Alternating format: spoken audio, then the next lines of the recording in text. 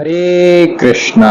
तो जिस तरह हमने हमारे पिछले भगवत गीता के एपिसोड में चर्चा की कि कैसे भगवान अर्जुन को दिव्य ज्ञान के बारे में बताता है और भगवान कहता है कि ये जो दिव्य ज्ञान है, ये जो गीता का ज्ञान है, ये मैंने सबसे पहले सूर्यदेव विवस्वान को दिया था और विवस्वान ने इसको मनु को दिया, फिर मनु ने इसको इक्ष्वाकु को दिया। तो इसका मतलब भगवत गीता का जो ज्ञान है वो 5000 वर्ष पुराना नहीं है, वो 120.4 मिलियन ईयर्स पुराना है। फिर भगवान कहता है कि भगवान हर युग में प्रकट होते हैं। किस लिए प्रकट होते हैं? जब धर्म की हानि होती है और अधर्म बढ़ता है तो धर्म को वापस अपने कॉन्स्टिट्यूशनल पोजीशन में रखने के लिए भगवान आते हैं और दुष्टों का विनाश करने और भक्तों का उद्धार करने, उनको दर्शन देने, उनके साथ आदान प्रदान करने के लिए भगवान प्रकट होते हैं। फिर भगवान कहता है कि उनका जो जन्म है और उनका जो कर्म है ये दिव्य होता है और जो इस दिव्य जन्म और कर्म की जो प्रकृति है उसको जान लेता है, भगवान का जो जन्म और कर्म दिव्य है, जो इसको जान लेता है वो दोबारा इस भौतिक संसार में जन्म नहीं लेता। फिर भगवान कहता है अर्जुन को कि ये दिव्य ज्ञान कैसे प्राप्त होती है। ये दिव्य ज्ञान को प्राप्त करने के लिए हमें जाना पड़ता है गुरु के पास। गुरु के पास जाकर क्या करना पड़ता है? गुरु की सेवा करनी पड़ती है, गुरु से प्रश्न पूछने पड़ते हैं और जब गुरु हमें दिव्य ज्ञान देता है तो उस ज्ञान से हम भगवत साक्षात्कार कर पाते हैं। फिर भगवान अर्जुन को कहते हैं कि हे अर्जुन, तुम दिव्य ज्ञान को प्राप्त करो। फिर अर्जुन पूछते हैं भगवान से, प्रभु मैं बहुत ही ज्यादा कंफ्यूज हो चुका हूं। एक बार तो आप कहते हो कि तुम ज्ञान लो, तुम ज्ञान लो, तुम किताब पढ़ो, तुम किताब पढ़ो। फिर आपने 3rd चैप्टर में मेरे को बताया कि तुम कर्म करो, तुम कर्म करो, हमें कर्म करना चाहिए। सबका फिजिकल, किसी का फिजिकल होता है, किसी को साइको फिजिकल होता है, तो तुम कर्म करो। और यहां पर आप बोलोगे अब किताब पढ़ो, किताब पढ़ो। तो भगवान आप सीधे सीधे बताओ ना, करना क्या है, या माजरा क्या है? मैं एकदम कंफ्यूज हो चुका हूं। मैं किताब पढ़ूं या मैं कर्म करूं? क्योंकि अगर मैं ज्ञान प्राप्त करूंगा तो मैं कर्म नहीं कर पाऊंगा और अगर मैं कर्म करूंगा तो मैं ज्ञान प्राप्त नहीं कर पाऊंगा। तो आप बताओ ना प्रभु, मैं करूं क्या? मैं ज्ञान लूं या कर्म लूं? मैं पूरा कंफ्यूज हो चुका हूं भगवान। फिर भगवान कहता है अर्जुन को कि हे अर्जुन, मैंने तुमको ये कर्म का सेक्शन और ये ज्ञान का सेक्शन इसलिए बताया ताकि तुम ज्ञान के साथ कर्म कर सको। अच्छा, ज्ञान के साथ कर्म करना है हमें?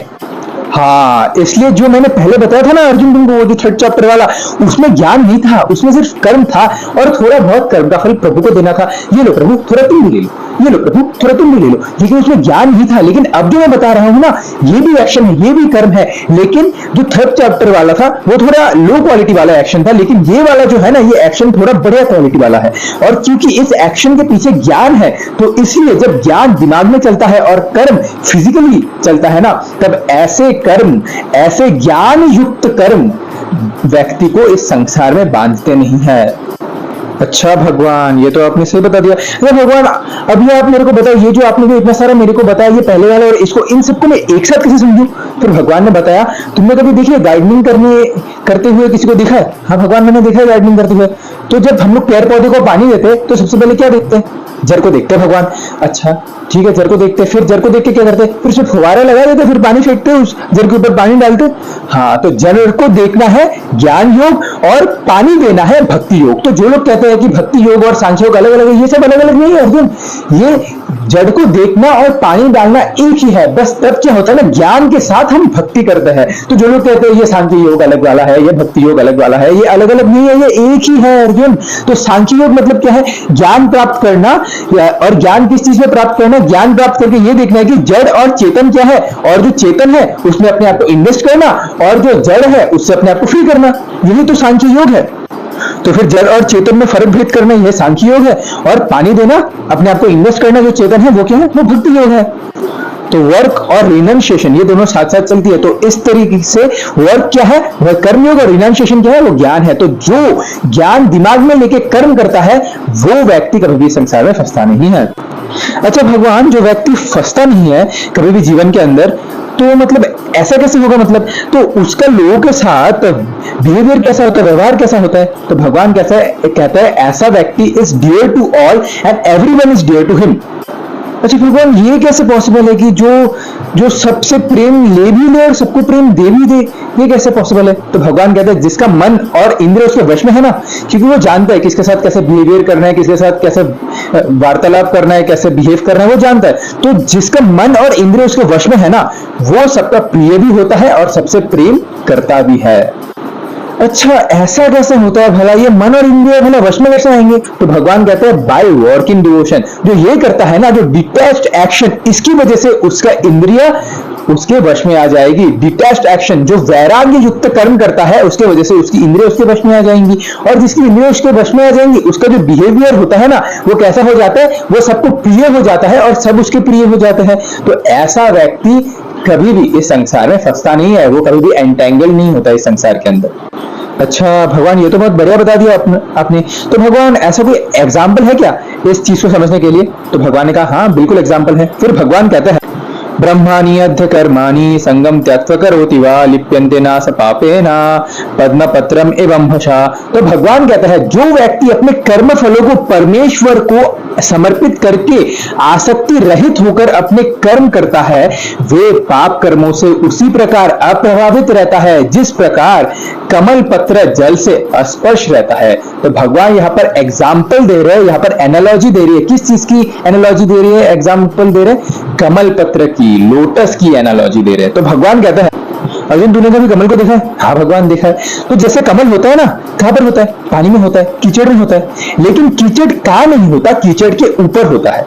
खिलता है कीचड़ में, लेकिन कीचड़ से गंदा नहीं होता, मैला नहीं होता। क्यों? क्योंकि उसके ऊपर वैक्स कवरिंग होती है, वैक्स की कोटिंग होती है। उसी प्रकार आत्मा के साथ भी होता है। आत्मा जब दिव्य ज्ञान के वैक्स कवरिंग के साथ जब इस संसार में काम करती है, इस कीचड़ वाले संसार में जब काम करती है, तो क्या होता है ना, उस वैक्स कोटिंग की वजह से, उस दिव्य ज्ञान के वैक्स कोटिंग की वजह से वो सारा मैला इंसुलेट हो जाता है। तो वो व्यक्ति, वो भक्त कभी भी मैला नहीं होता, जिस प्रकार कमल का पत्ता कभी भी कीचड़ से या पानी से मैला नहीं होता। So devotee lives in the material world but not materially above the material world.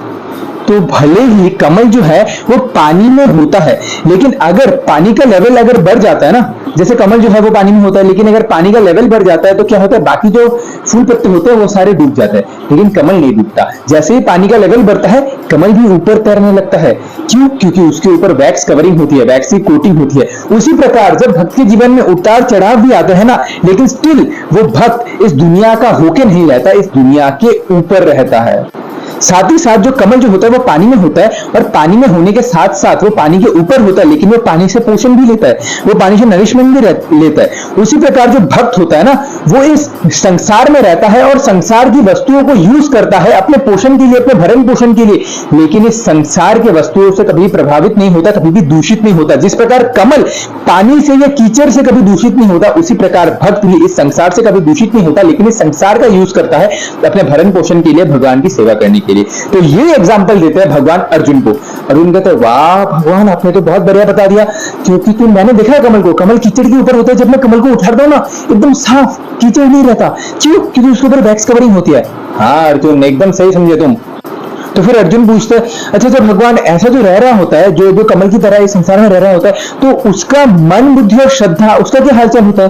तो भगवान कहता है जिसका मन, बुद्धि और श्रद्धा वो तीनों ही प्रभु के चरण में लगी हुई है, प्रभु के सेवा में लगी हुई है, वैसा व्यक्ति के लिए मुक्ति तो एकदम कंफर्म है।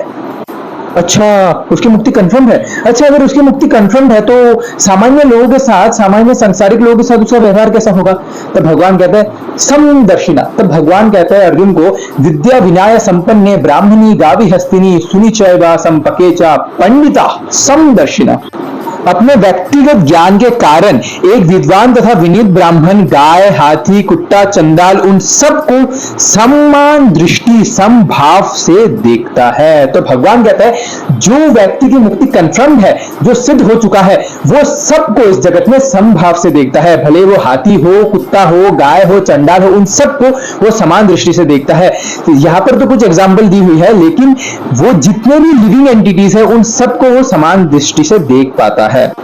चाहे वो सोने को देखे या वो पत्थर को देखे, वो समदर्शिना, सब उसके लिए एक है।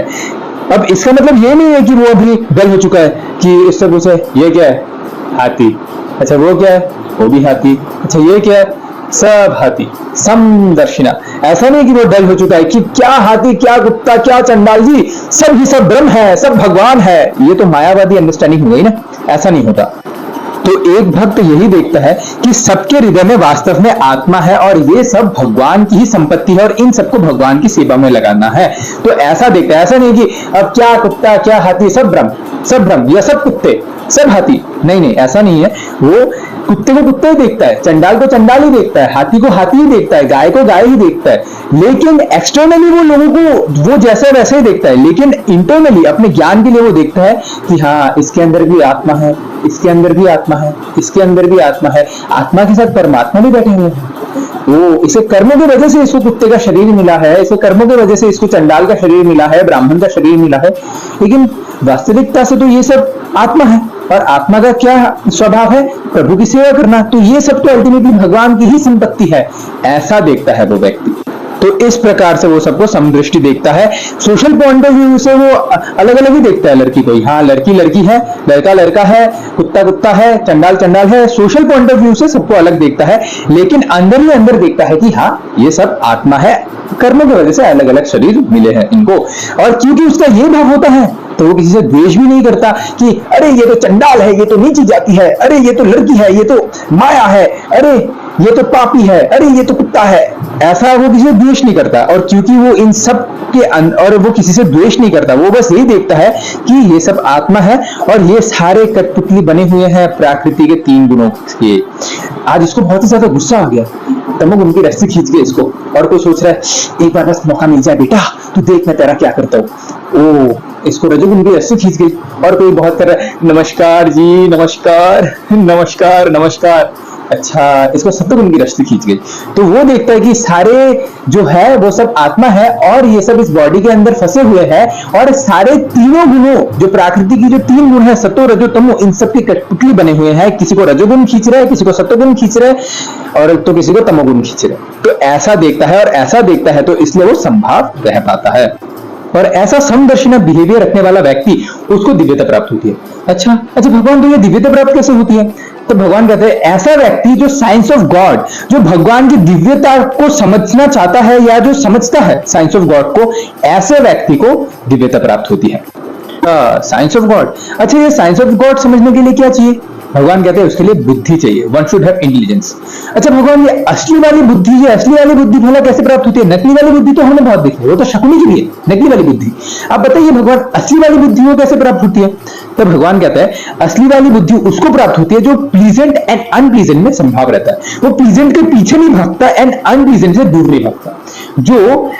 जो सुख के पीछे नहीं भागता और दुख से दूर नहीं भागता, जो प्लीजेंट एंड अनप्लीजेंट में संभाव रहता है। तो ऐसे व्यक्ति की बुद्धि स्थिर हो जाती है, जो प्लीजेंट और अनप्लीजेंट में संभाव रहता है, ऐसे व्यक्ति की बुद्धि स्थिर हो जाती है।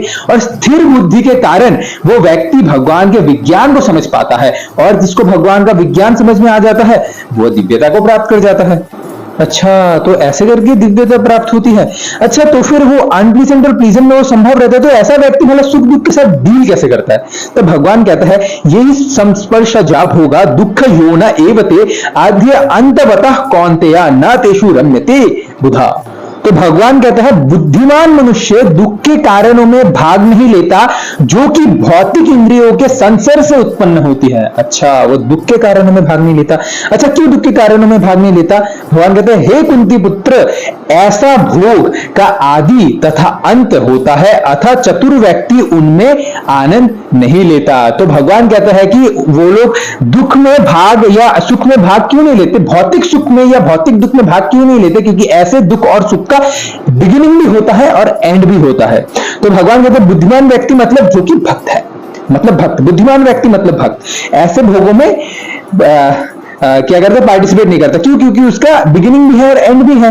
तो कभी आता है कभी चला जाता है, लेकिन आकांक्षा रह जाती है, फिर से एक बार आता है फिर से चला जाता है, लेकिन फिर से उसके लिए तृष्णा उत्पन्न हो जाती है। वो तृष्णा, वो आकांक्षा रह जाती है कि फिर से मिलेगा, फिर से मिलेगा, फिर से मिलेगा। तो आता है चला जाता है। तो क्या है ना, वो इसलिए भाग नहीं लेता क्योंकि ये टेम्पररी है ना, आएगा जाएगा आएगा जाएगा। इसलिए वो ये सब भौतिक इंद्रियों के संसर्ग में, इंद्रियों से मिलने वाला जो सुख या दुख है उसमें वो भाग नहीं लेता। तो ऐसे भगवान के बहुत भक्त है जिन्होंने जिनके पास भोग ऐश्वर्य बहुत भर्ती था, लेकिन क्योंकि उनका मन भगवान में लगा हुआ था तो उन्होंने इंद्रियों से मिलने वाला जो भोग ऐश्वर्य था, जो सुख था, उन सबको ऐसे त्याग दिया जैसे लोग मल त्यागते हैं।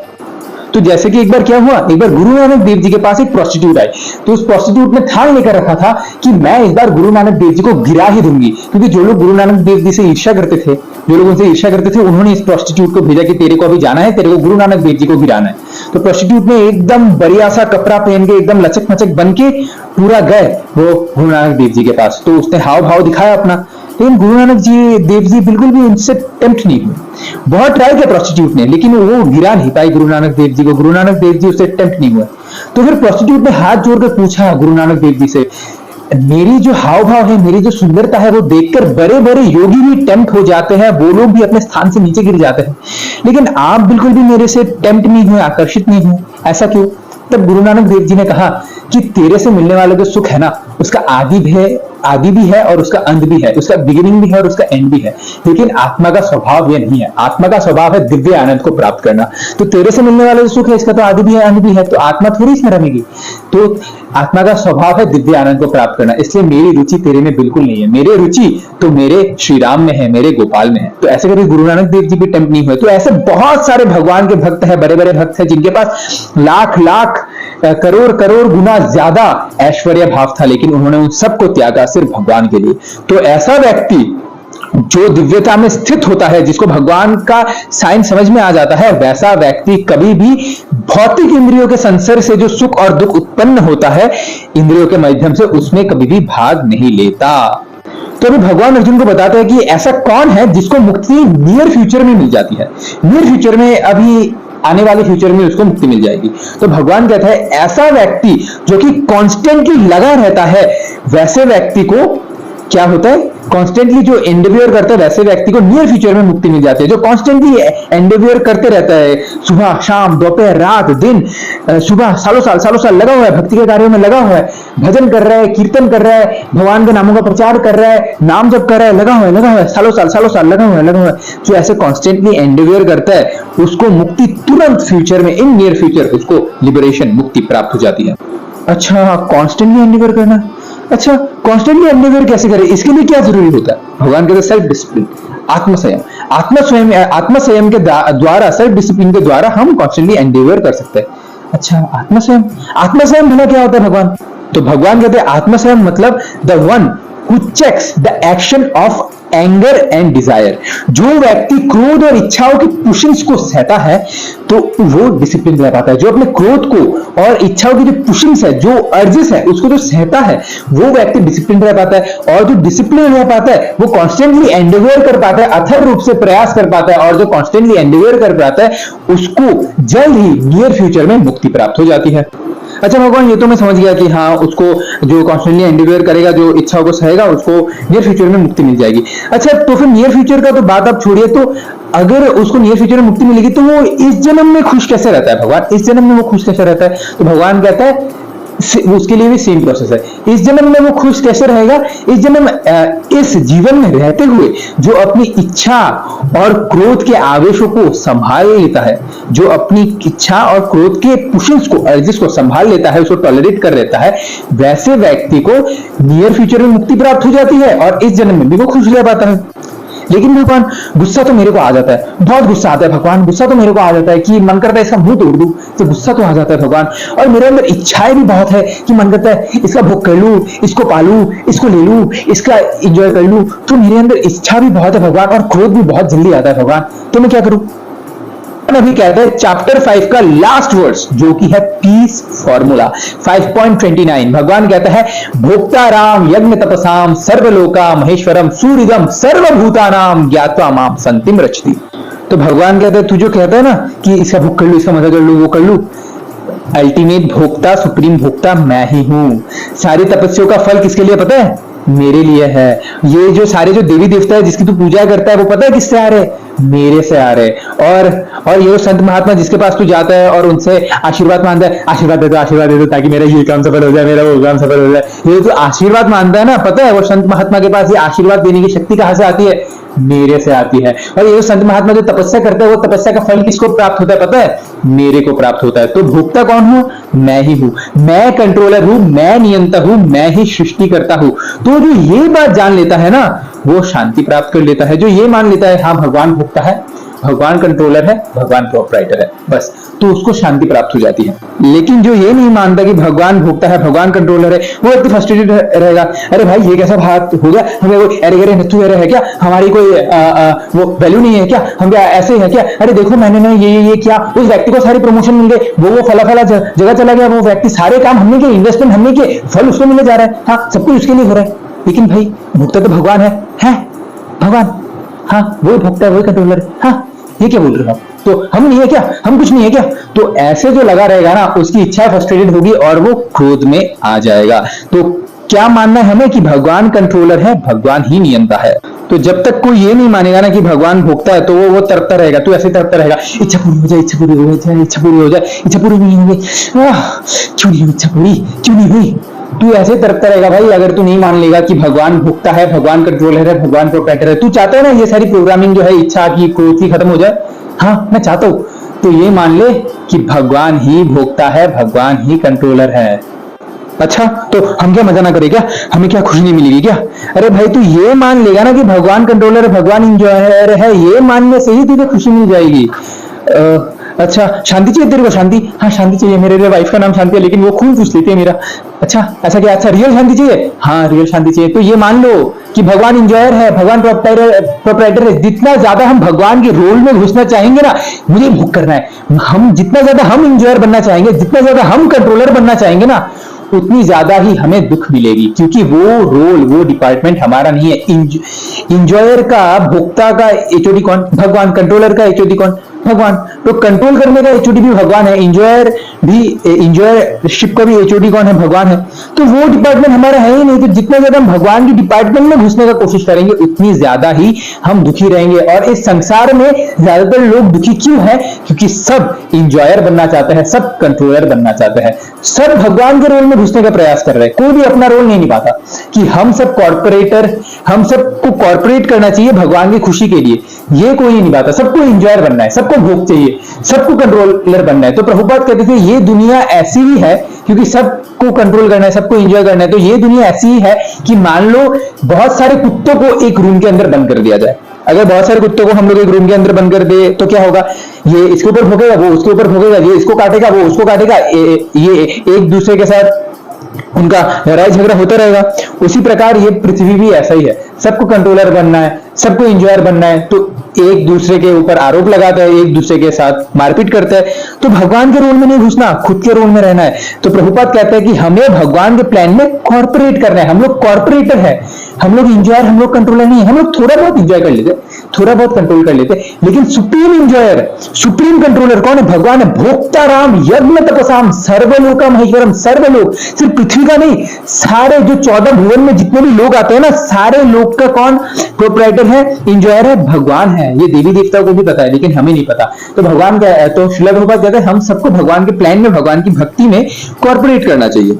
जैसे मान लो जो ड्राइवर है, गाड़ी उसका नहीं है लेकिन गाड़ी मालिक का है, लेकिन क्योंकि ड्राइवर कॉर्पोरेट कर रहा है, मालिक की सेवा कर रहा है, मालिक को एक जगह से दूसरी जगह छोड़ रहा है, बल्कि गाड़ी उसका नहीं है, गाड़ी मालिक का है, लेकिन फिर भी उस गाड़ी में बैठने का कंफर्ट ड्राइवर को भी मिलता है। उस गाड़ी में जब एसी चलता है ना, तब एसी की हवा ड्राइवर को भी मिलती है। उस गाड़ी में जब साउंड सिस्टम में जब कोई गाना प्ले होता है ना, वो गाना ड्राइवर भी सुन पाता है। भले ही वो एसी ड्राइवर के लिए नहीं चल रहा, वो एसी चल रहा है मालिक के लिए। भले ही वो साउंड सिस्टम ड्राइवर के लिए नहीं चल रहा, वो साउंड सिस्टम चल रहा है मालिक के लिए। वो गाड़ी भी ड्राइवर का नहीं है, वो गाड़ी चल रही है मालिक के लिए। लेकिन क्योंकि ड्राइवर कॉर्पोरेट कर रहा है मालिक को एक जगह से दूसरी जगह में पहुंचाने के लिए, मालिक को गाड़ी चलाने में, क्योंकि ड्राइवर कॉर्पोरेट कर रहा है, इसलिए उस गाड़ी में जो कंफर्ट्स है वो ड्राइवर को भी मिलती है। उसी प्रकार अगर हम ये मान लेंगे ना कि भगवान इंजॉयर है, भगवान कंट्रोलर है, और जब हम भगवान की सेवा में लग जाएंगे, तब क्या करना है, तब भगवान की सेवा करने से, भगवान को आनंद देने से आनंद हमें भी मिलेगा।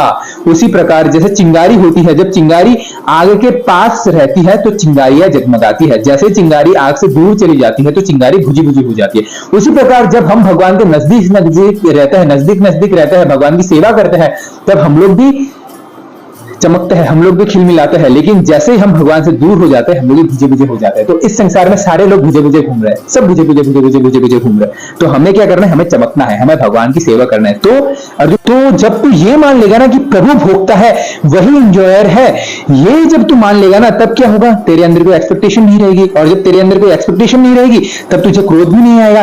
और जब तुझे क्रोध नहीं आएगा, तब तेरी इच्छाएं भी नहीं रहेगी। और तू क्रोध और इच्छा वो दोनों तेरे अंदर से छूट जाएगी, और तू इस जगत में भी खुश रहेगा, और आने वाले दुनिया में, नेक्स्ट अगले लाइफ में, नेक्स्ट जीवन में भी तू खुश रहेगा। तो हमें क्या मानना है कि भगवान भोगता है, भगवान कंट्रोलर है, भगवान प्रोपराइटर है, ये भगवान का डिपार्टमेंट है, हमारा डिपार्टमेंट नहीं है। तो ये है भगवत गीता पीस फॉर्मूला। अगर हम ये मान लेते हैं तो पीस हमें अवश्य मिलेगा। शांतिम रक्षति, भगवान कह रहे हैं कि शांति हमें अवश्य मिलेगी अगर हम भगवान को कंट्रोलर, इंजॉयर, प्रोपराइटर मान लेंगे कि हम भोगता नहीं है, हम छोटे मोटे भोगता है, भगवान सुप्रीम इंजॉयर है। तो अर्जुन को कह रहे हैं भगवान की, अर्जुन ये मान लो तुम, तो तुम खुश हो जाओगे। और इसके साथ ही यहां पर चैप्टर 5 खत्म हो जाती है। फिर भगवान चैप्टर 6 में घुसते हैं और योगियों के बारे में चर्चा आती है, ध्यान योग के बारे में चर्चा आती है। इसके बारे में हम लोग चर्चा करेंगे हमारे नेक्स्ट वीडियो में। हरे कृष्णा, थैंक यू।